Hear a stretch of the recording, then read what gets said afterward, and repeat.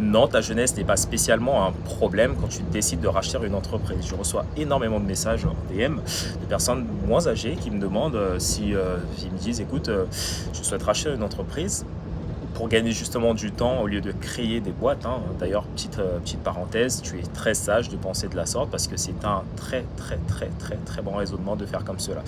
Et ils me disent, écoute, le problème c'est que je suis assez jeune, j'ai moins de 23 ans, de 24 ans pour certains, et est-ce que justement, est-ce crédible tout simplement? Alors, premièrement, ce qu'il faut que tu saches, donc je vais répondre également dans cette vidéo, hein, te partager cela, puisque c'est un message que je reçois énormément. Moi, la première boîte que j'ai rachetée, j'avais 23 ans quand je l'ai rachetée. Et j'avais 7 collaborateurs dans la boîte. Et ce qu'il faut que tu saches, c'est que j'étais le plus jeune de toutes les personnes dans la boîte. Donc très important. Et effectivement, il peut y avoir des inconvénients, mais je vais t'expliquer dans cette vidéo les avantages que tu as également. Premièrement, le premier avantage, c'est ta connexion au monde, ta capacité de comprendre le monde. N'oublie pas un truc, tu vas être en face de personnes qui veulent partir en retraite. Et ta valeur ajoutée pour venir apporter une forme de crédibilité, il faut que tu puisses montrer une forme de complémentarité. Ces personnes-là, pour certaines en tout cas, ont des boîtes parfois qui se ringardisent un petit peu, où il n'y a pas de présence sur le web, pas de site internet, très peu de digitalisation, etc. Et l'idée, c'est que tu viennes apporter, entre guillemets, ce qui manque entre guillemets à cette personne, à savoir cette présence digitale. Aujourd'hui, les jeunes maîtrisent mieux le digital que forcément que quelqu'un qui décide aujourd'hui de partir en retraite.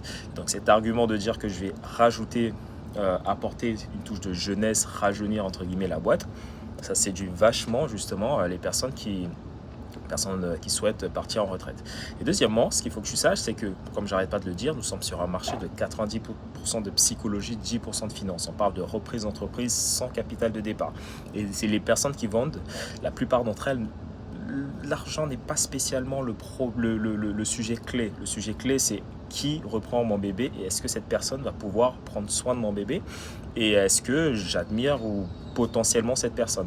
Et avoir un jeune qui arrive plein d'ambition, etc.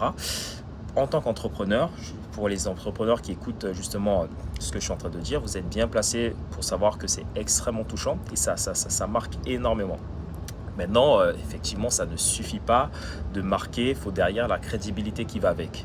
Et c'est la troisième raison, quand tu vas arriver avec des montages juridico-financiers qui viennent répondre à son besoin, lui expliquer les concepts d'ingénierie financière, très complexes, etc., qui vont justement lui permettre de partir en retraite sans que vous ayez à mettre un seul centime de votre poche, et bien ça va augmenter votre valeur perçue et vous serez beaucoup plus efficace en termes de valeur perçue qu'une personne